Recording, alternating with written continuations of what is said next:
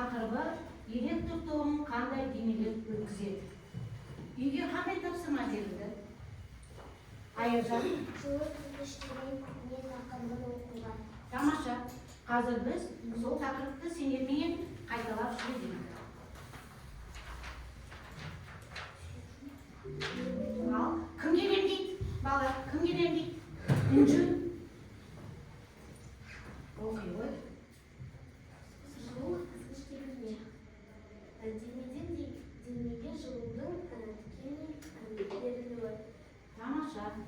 Дұрыс. Келесі тапсырмаға кім келем дейді? Кәнеки. Нұралы.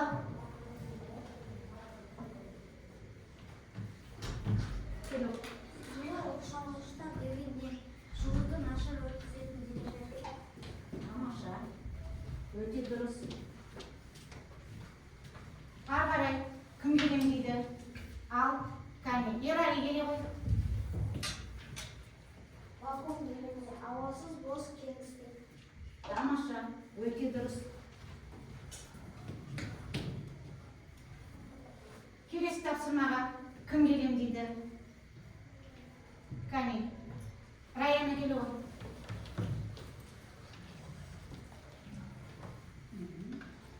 Оқи ғой. Жылуды жақсы өткізетін заттар. Металл.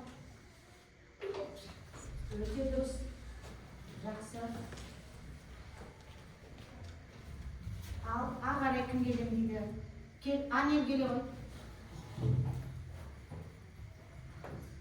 Жылуды өте нашар өткізеді ол газ. Тамаша. Үй жұмысына өте жақсы дайындалып келсіңдер. Жарайсыңдар. Енді балалар, бүгін біздің оқулықтағы 83-ші бетті қарайық. Бірінші тапсырма. Не дейді? Оқышы. Айыржан, не деп тұр? Пиктограммалардың көмегімен электр тогы туралы әңгімеле. Иә, пиктограмманың көмегімен электр тогы туралы әңгімеле дейді. Міне мынау біздің бірінші топқа пиктограмма беріледі, дайындалайық. Мынау біздің екінші топқа пиктограмма беріледі, дайындалыңдар.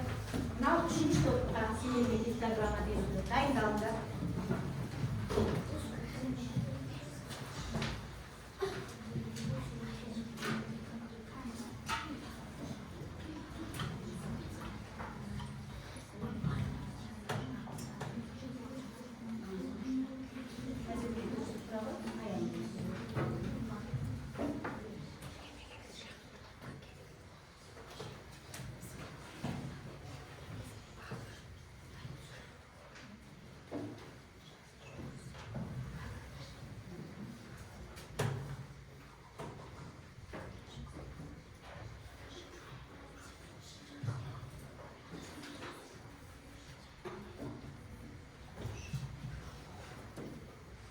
Жақсы аяқтайық бала.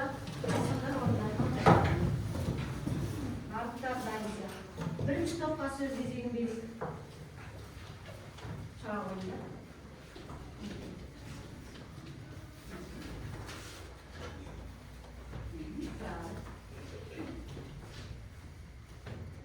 Бұл пиктограммалар бізге электр тогы қайдан алынатынын, қалай жеткізілетінін, қалай қолданылатынын көрсетеді. Пиктограмма күнді бейнелейді. Ол күн энергиясын білдіреді. Пиктограмма атом моделін көрсетеді. Ол атом энергиясын немесе ядролық энергияны білдіреді. Пиктограмма батареяны немесе аккумуляторды көрсетеді. Ол химиялық энергиясын немесе электр энергиясын сақтауды білдіреді. Пиктограмма жел энергиясын немесе генераторды бейнелейді. Ал жел энергиясы механикалық энергияны электр энергиясына айналдыруды білдіреді. Тамаша, отыра қойды. Екінші топ. Сендерге қандай пиктограмма берілді? Келе қойыңдар.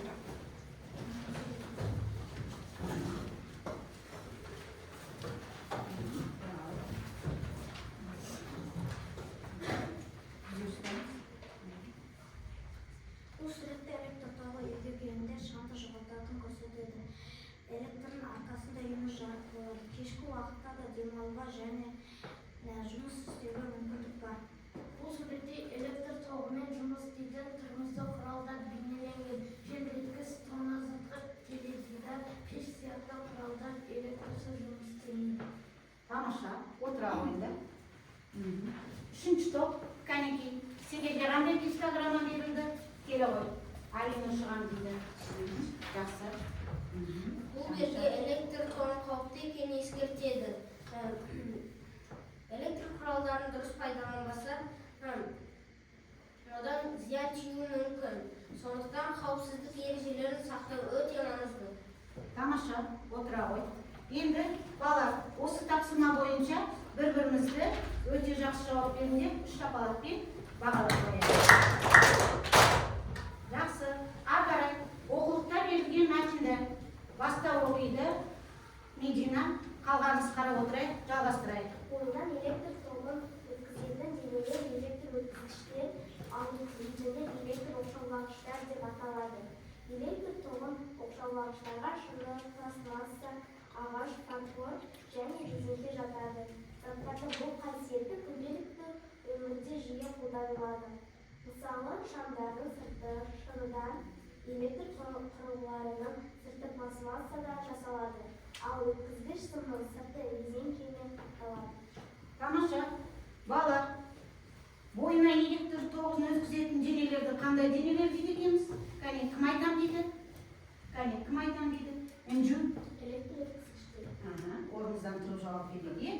Ал электр тоғын өткізбейтін денені қандай денелер дейді екенбіз? Ақберек? Электр оқшаулағыштар. Тамаша. Енді балалар, электр оқшаулағыштарға нелер жатады дейді? Кәне, кім айтам дейді? Нелер жатады дейді?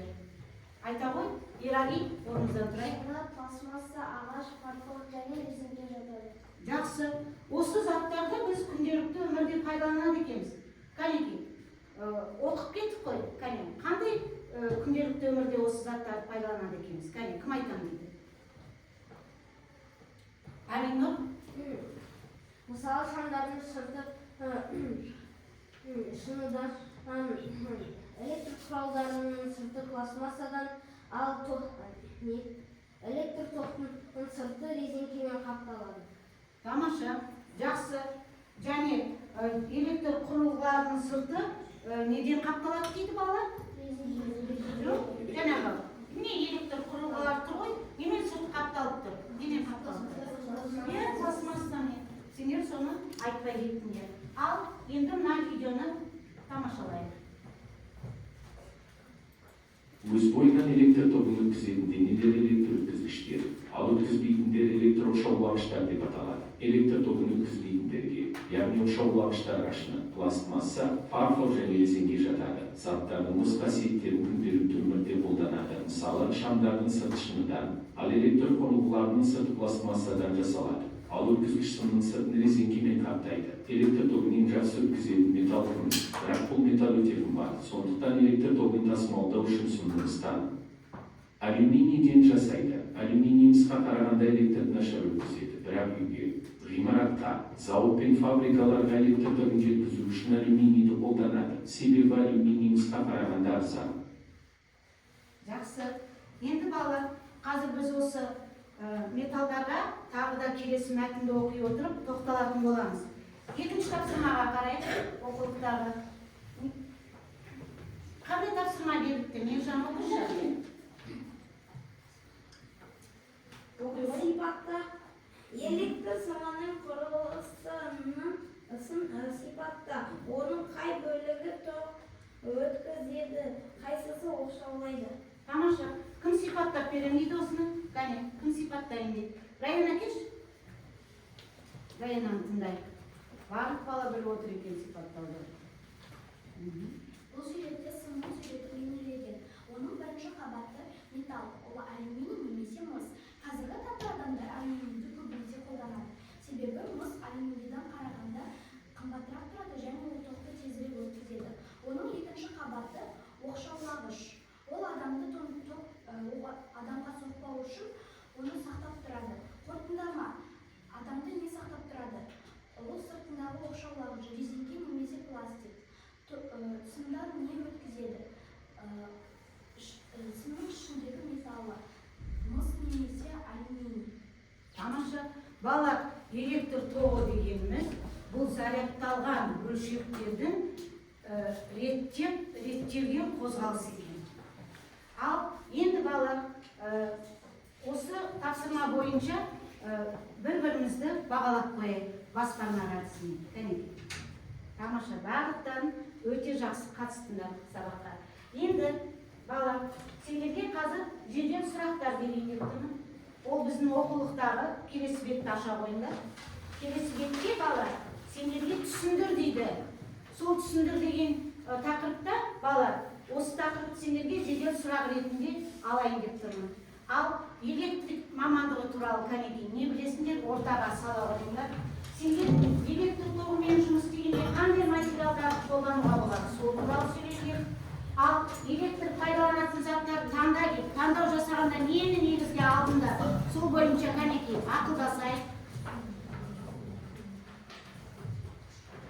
Уақыт берілді.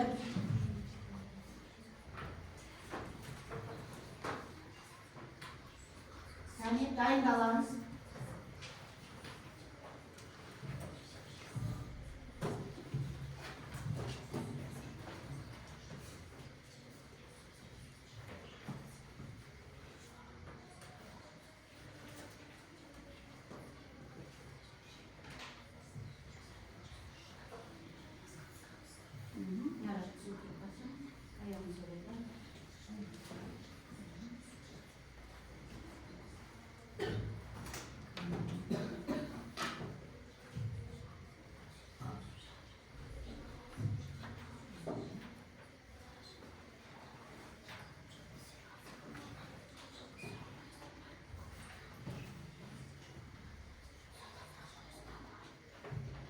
Жақсы. Осында орнымызда отырайық, аяқтайық. Енді сендерге бірінші тапсырма бойынша кәнекей. Электр тоғымен жұмыс істегенде қандай материалдарды қолдануға болады деген қай жобалық еді? Жақсы. Біздің топтан бензин шығады. Жақсы, келоғын. Иә, қолымызға аламыз.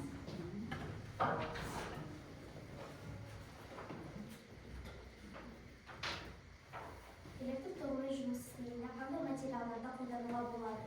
Электр тоғымен жұмыс жасағанда оқшаулағыш материалдардан жасалған заттарды қолдану керек.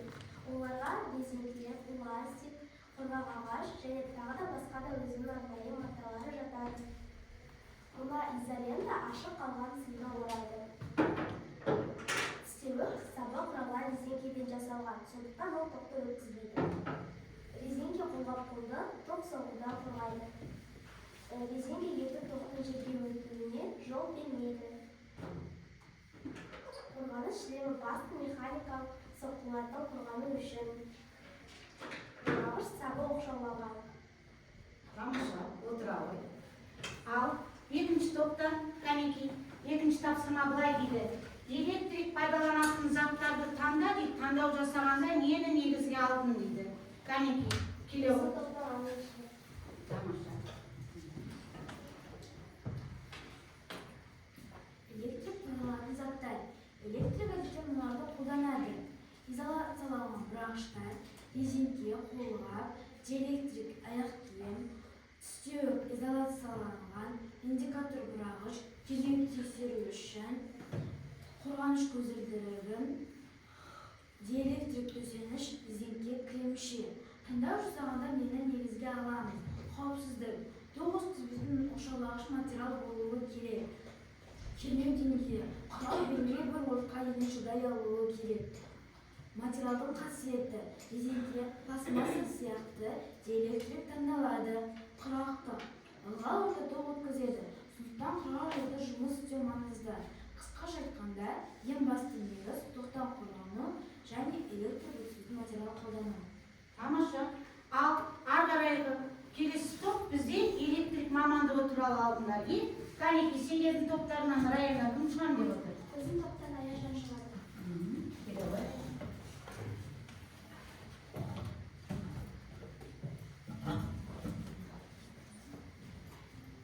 Қай заманда болмасын электр өмірдің қозғаушы күші. Еліміздің жарығы, өндірістің мерейі, көшек саны заманауи техника бәрі электр еңбегінің нәтижесі. Ер даму нақты іспен айналысатын, кәсібін терең меңгерген мамандарға тікелей байланысты. Солардың бірі электрик. Elektr желілерді үздіксіз қамтамасыз ететін қауіпсіздік ережелерін қатаң сақтай отырып, техника мен энергияны бақылауда ұстайтын шебер. Электрик шарт пен жылудың сақшысы Евген Нұрсырайтын мамандық. Тамаша. Бала, бізде электрик мамандығын таңдаған балалар бар ма арамызда?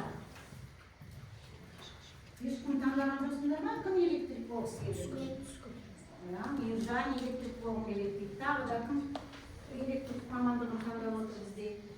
Жақсы. Ал енді балалар, келесі тапсырма сен білесің бе деген тапсырма. Ал оқиды осы тапсырманы Шанекей. Перизат оқи ғой, тыңдайық. Сен білесің бе, электр тоғын жақсы өткізетін заттар мен материалдар жылуды жақсы өткізеді. Осындай қасиетке ие электр құрылғылары туралы таныстырылым жаса. Жақсы. Осы таныстырылымға алдын ала Аружан кел, үтік туралы мен айтайыншы, таныстырылым жасайыншы деді. Келе ғой, айта ғой Аружан. Үтік тұрмыстық техниканың бір түрі. Ол электр энергиясын пайдаланып, ыңғайлы және бағасы бойынша үнемді болып табылады. Үтіктің түрлері қарапайым үтік, бумен жасалатын үтік. Мынау бумен жасалатын үтік біз бүгін көрсетіп тұрғанбыз, иә? Бумен жасалатын үтік толық бөлінеді. Бумен үтік қазіргі заманғы бар. Оның көмегімен киімді тігуге болады. Үтіктің электр энергиясы үйде пайдалану үшін 1500 ватт. Үтік өте қолайлы. Ол матаның кез келген түрімен жақсы күреседі. Тамаша. Отыра отыр. Келесі таныстырылым мынау балалар жылытқыш туралы.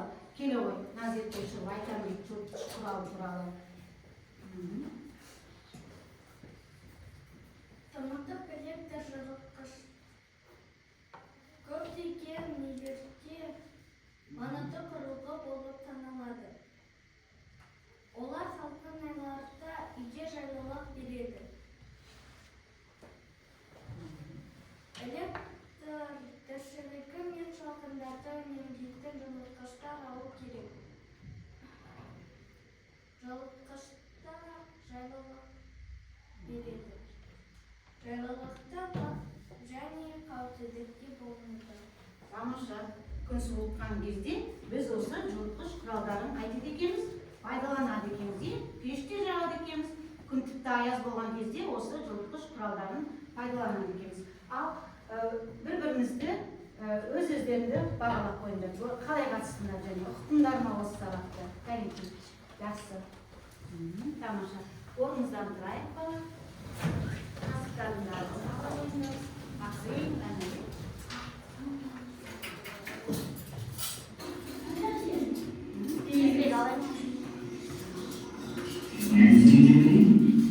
You'll need to take the instructions for this test.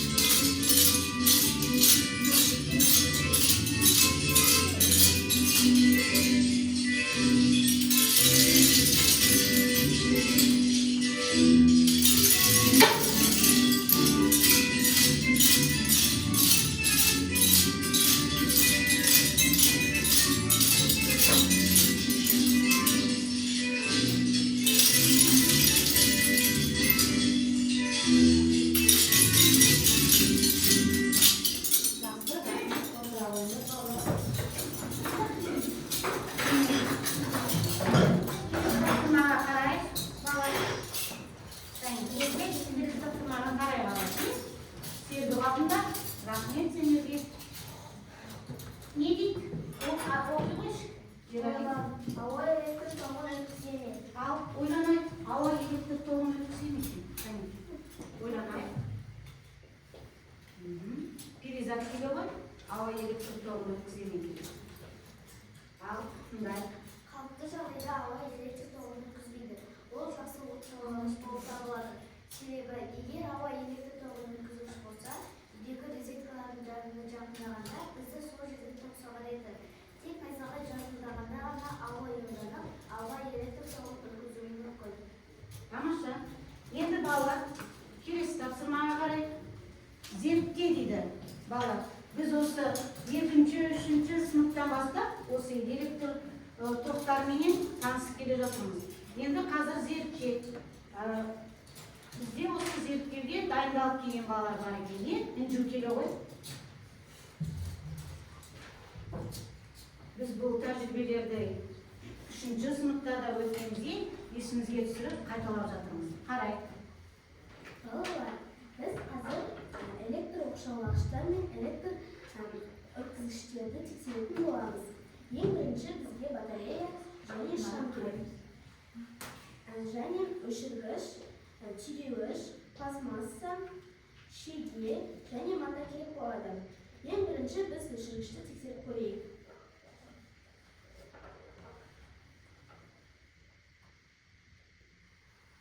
Шам жанып тұр ма екен? Бірінші көрдің бе тексеріп шамды? Иә. Бізде шам жанып тұр. Электр тоқты өткізіп тұр. Енді біз қазір өшіргішті көреміз. Өшіргіш тоқты өткізіп тұр ма? Өйткені бұл электр оқшаулағыштар болып табылады. Енді біз шегені көрейік.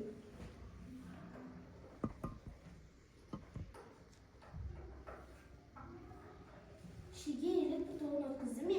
Иә. Міне, темір электр тогын өткізеді екен. Енді біз пластмассаны көрейік. Пластмасса бізде электр тогын өткізбейді екен. Бұл да электр оқшаулағыш болып табылады. Енді біз түйреуішті көрейік.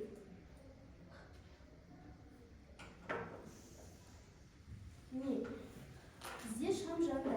Өйткені түйреуіш темір. Ал темір электрді жақсы өткізеді. Енді біз матаны көрейік.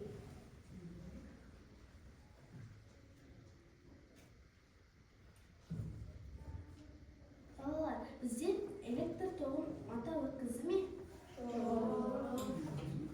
Дұрыс айтасыңдар. Өйткені бұл электр оқшаулағыштар болып жатады. Жақсы, тамаша. Кәнеки. Ары қарайғы келесі топтан кәнеки кім шығам дейді бізде? Ерали келе ғой. Ерали де бізде. Мынау бізде шам. Біздің шамыздан қосу мен алу тоқтары шықты. Мен батареямызға қосу мен алуны жалғадым. Бірінші немен жалғадың? Мен бірінші қосуны жалғадым. Бізде Шам шам жанады. Шам қайтты бала? Жанды. Енді? Алуға жалғасам, шам бізде жанбайды. Жақсы, тамаша. Ал келесі бізде Анер келе ғой.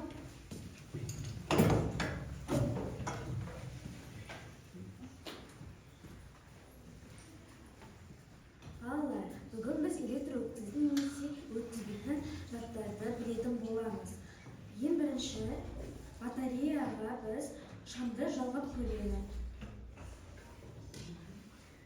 Біз шамның өзін тигізгенде шам жанады. Электр тоқты өткізеді. Егер оның ортасына өшіргішті қойып көрсек, Қарайық. шам жанбайды. Ендеше өшіргіш электр тогын өткізбейді екен. Электр оқшаулағышқа Электр оқшаулағышқа жатады екен. Енді оның ортасына түйреуішті қойып көрейік.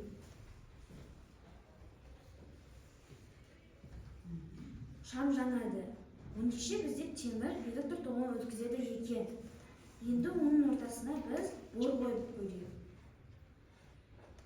бұрдан жанбайды. Өйткені ол темір емес, электр тоғын өткізбейді. Бұл темір. Электр тоғын өткізбейді тұр, ендеше электр оқшаулағышқа жатады екен. Енді ортасына кілтті қойып көрейік. Кілтті қойсақ, шам жанады. Өйткені ол темір. Енді Темір қайтеді екен балар? Электр тоғын жақсы өткізіп екен. Енді ортасына матаны қойып көрсек, шам жанбайды. Өйткені мата электр тоғын өткізбейді. Жақсы. Өңдеуші темірлер электр өткізетіндер, ал темір емес заттар электр оқшаулағыштарға жатады. Сен көрсеткен тәжірибеңде сен сондай қорытынды жасап тұрсың. Жақсы, отыра ғой. Ал ары қарай әділет келем дейді. Мына жаққа келе ғой. Ал қайда ғой? Не бауыр? Батарея соған плюс минусты жалғап. Мен Екі жағына да қосуды жалғап тұрсың, иә? Кәне. Екеуі де жалғап тұрған. Жақсы. Жақсы, тамаша, отыра ғой. Айсұлтан келем дейді.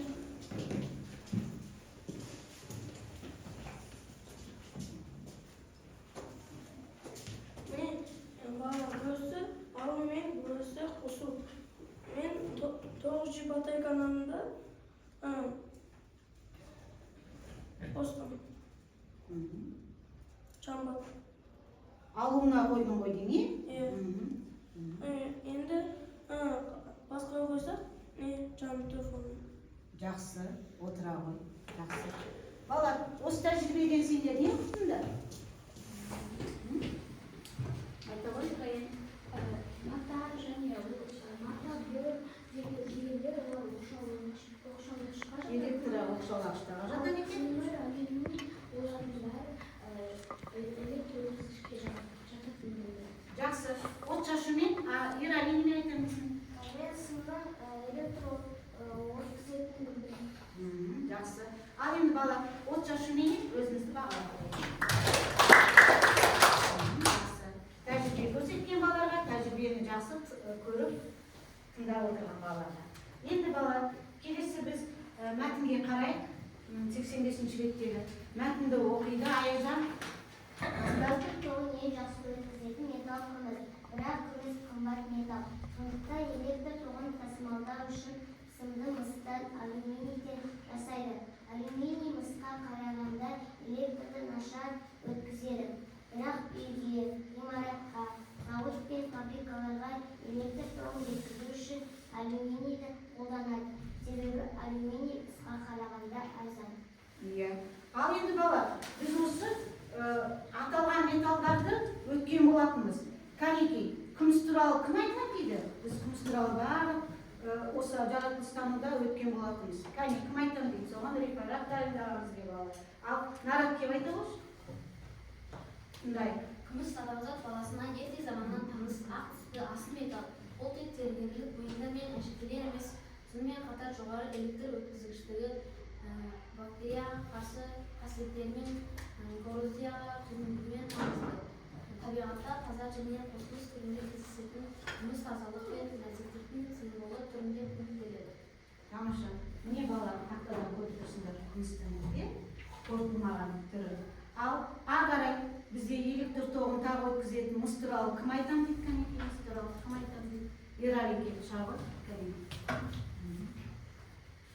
Мыс адамзат баласы пайдаланған алғашқы металдардың бірі. Адамдар өз өмірін жеңілдету үшін құрал-саймандар жасауға дағдыланған. Мыстың қызыл, қоңыр түсі және жылтыр беті бар. Оның икемділігі өте жақсы, яғни сымдар мен парақтарға оңай айналдыруға болады.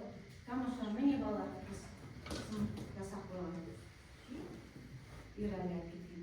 Келесі бала, алюминий туралы кім айтам дейді? Кәнекей, алюминий туралы. Кәнекей, Тимош келіп отыр, сабаққа қатысып, Аружан келіп.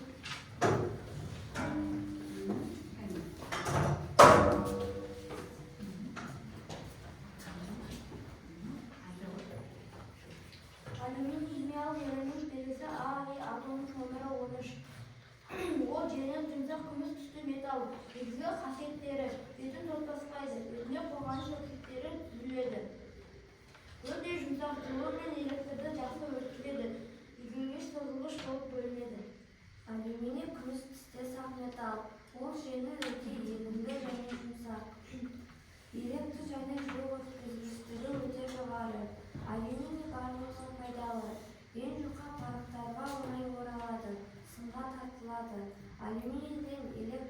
бұйымдары, тұрмыстық заттар, қазан, шайнек, қасықтар, тағы басқалар жасалады.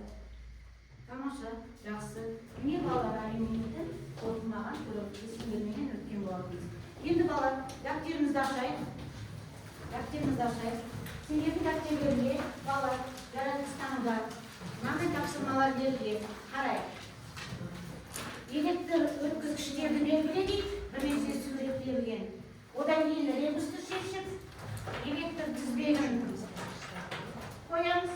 Содан кейін бала Филфорд деген ойын ойнап, ішінен бүгінгі тақырыпқа өткен сөздерді табамыз. Содан кейін сол сөздерді ретімен қойып, берген сөйлемдерді толықтырып жазасыңдар. Ал жұптық жұмыста болады, жекеде орындауларына болады балалар. Білмей жатсаңдар, көмектесеміз жұптық жұмыста. Ал орындау.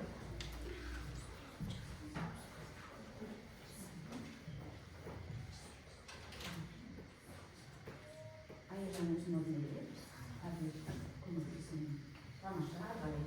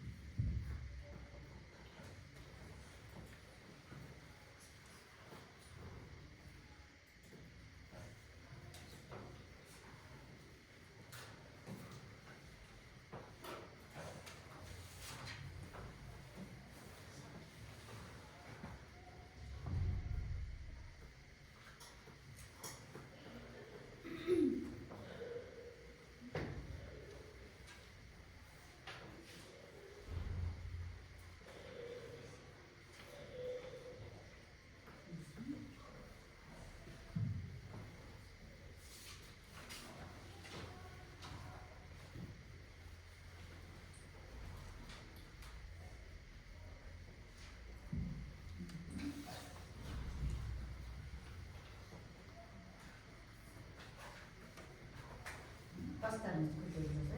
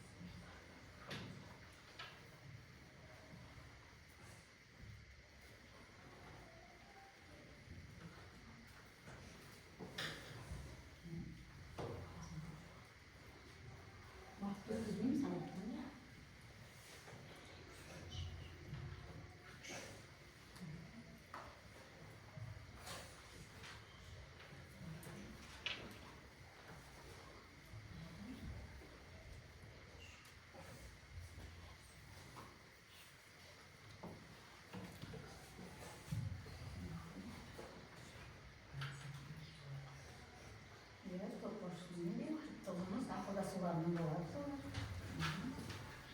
Akılda sularının dolar.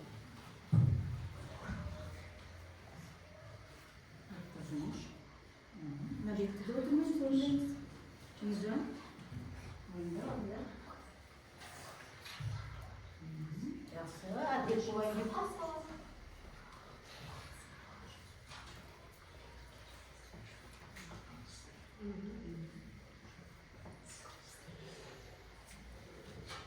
Ayaklarını sonra.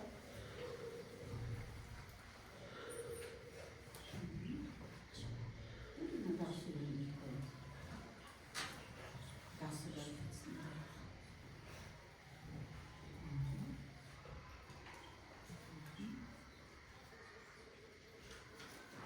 бала бірге отырып орындаған балалармен талдап аяқтайық, ал бірінші бала кәнекей тапсырманы талдап отырып қазір орындайық. Оқушы Медина бірінші тапсырма не дейді? Суретте бейнеленген аталық астарлар электр өткізгішті қасиеті бар денелерді қосу таңбасымен белгілі. Жақсы. Раян оқушы. Гүл. Екіншісі сым темір, ол токты өткізеді, плюс. Үшіншісі жіп, ол ток өткізбейді. Пластмасса, бөтелке, ол ток өткізбейді. Резеңке аяқ киім, ол ток өткізбейді. Ол оқшаулайды. Тиын, ол ток өткізеді. Жақсы. Гүл өткізген айтқан жоқсың ғой. Ол ток өткізбейді. Жақсы. Ағарайғы бала ребуста бірінші шештіге сендерге жер өтірілген. Ол не? Ерали? Күміс. Иә. Айта ғой. Күміс электр тоғын өткізе ме? Иә. Толық жауап бер. Күміс. Күміс электр тоғын өткізеді. Жақсы. Келесі бала кім шешті? Кәнекей. Кім айтамыз? Айтшы. Мейіржан. Міне мынаны. Фарфор электр тоғын өткізеді. Жақсы. Электр оқшаулағышқа жасады екен, не? Ағарай бала, резеңке жіп, тез айтайықшы. Резеңке жіп қойған кезде шамыз жанады ма? Жанбайды, дұрыс айтасыңдар. Тоқма жіпке жана ма? Мыстан жасалған сым жана ма? Қайыннан жасалған таяқша дейді. Ау.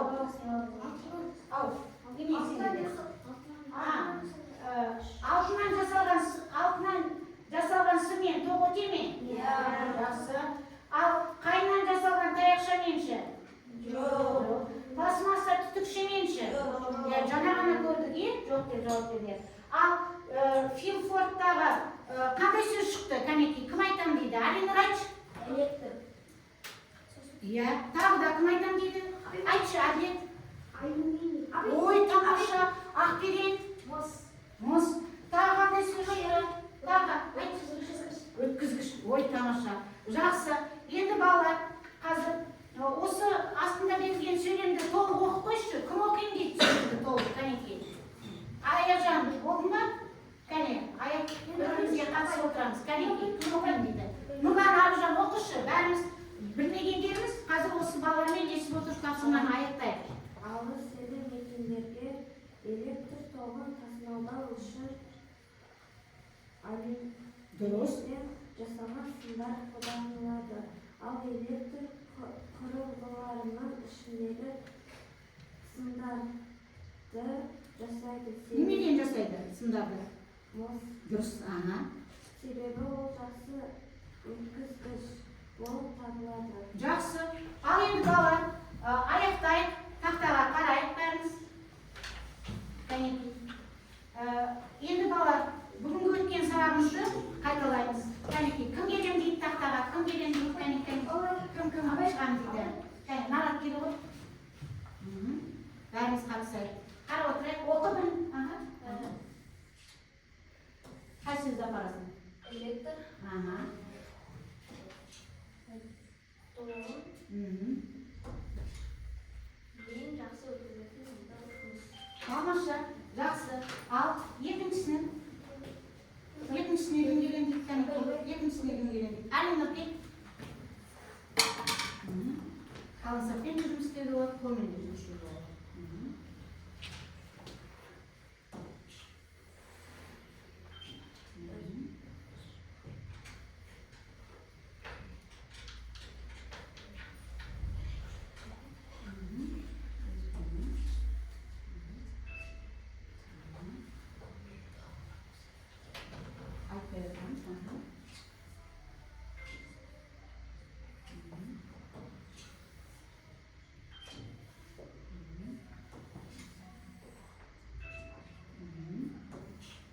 Ал оқи қойшы, Алина.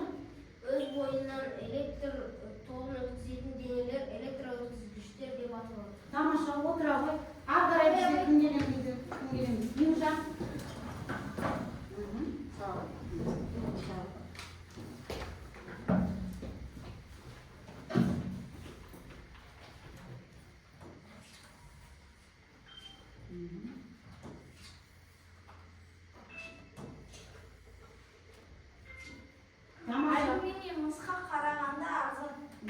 қысқа қарағанда азырақ металл екен. Жақсы, ары қарай екінші әңгіме Нұралы шығарып.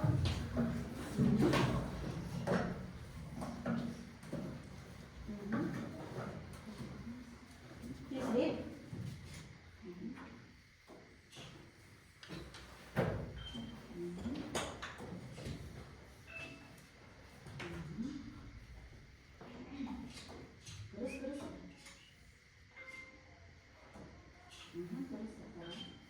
Оқи ғой.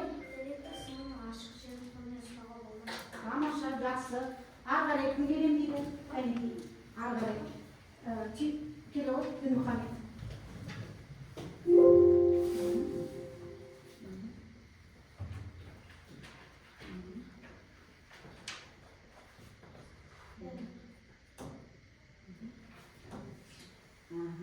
Жақсы, дұрыс. Ал, оқи ғой. Адамның денесі нелерді жақсы өтеді. Иә, балалар, осы жерде екі қауіпсіздік ережесі айтылып кетті бізде.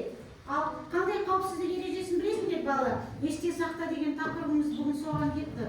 Кәнекей, Раян, айтшы қандай қауіпсіздік ережесін білесің? Тоқпен жұмыс істеген кезде қолына резинкеден жасалған қолғап, аяғына резинкеден жасалған аяқ киім. Сонымен тоқпен жұмыс істеген. Жақсы. Ақберен, Тоқтың ашық жерін қолмен ұстауға болмайды. тамаша. Тағы кім айтам дейді? Ерали. Электр қуаттағыштың ашық жерін қолмен ұстауға болмайды. Жақсы. Айта ғой. Жақсы. Енді балалар, қазір тағы да міне сендер қауіпсіздік ережесін айттым да. Енді балалар,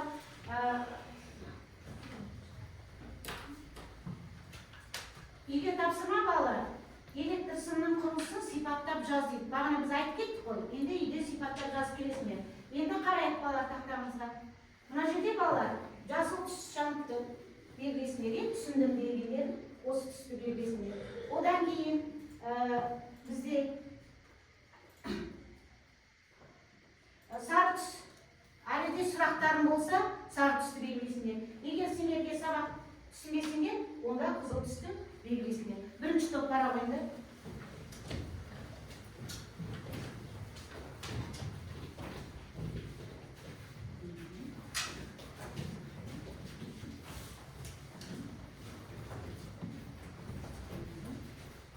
Жақсы. Екінші топ шыға беріңдер.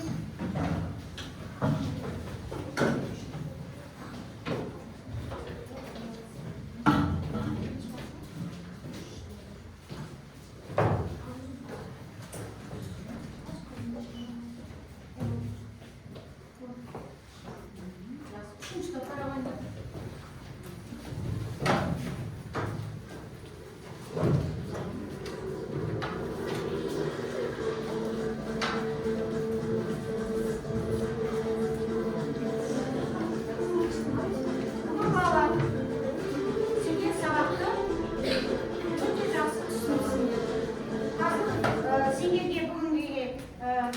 Тимош 10 балл, Айсұлтан 10 балл, Медина 10 балл, Үнжу 10 балл, Нарат 10 балл, Ерасыл Кәусар қатысындар ең. Бізде Нұралы 10 балл, Перизат 10 балл, 7 балл қоям ең. Ақберен тағы да қатыса түс.